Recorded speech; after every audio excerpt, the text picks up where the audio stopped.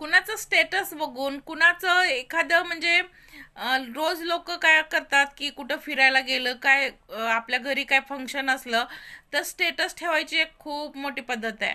आणि आपल्याला काय वाटतंय त्यांच्या आयुष्यात किती आनंद आहे, मग आपण आपली त्यांची अशी तुलना करायला लागतो की माझ्या आयुष्यात असं आनंद नाही, त्यामुळं दुःख म्हणजे करत बसतो. हे कितपत योग्य आहे? त्यांच्या आयुष्यात स्टेटस दाखवणारे काय दाखवणार आहे, त्यांचं दुःख दाखवणार आहेत का कधी? अजिबात नाही. त्यामुळं तुम्ही फक्त त्यांच्या म्हणजे चांगल्या चेहऱ्याचा विचार करून त्यांच्या आयुष्यात काही संघर्ष नाही असं ठरवू शकत नाही. कारण असू शकतंय, तरी पण त्यातून ते खुश राहतात, त्यांचे स्टेटस चांगले ठेवतात.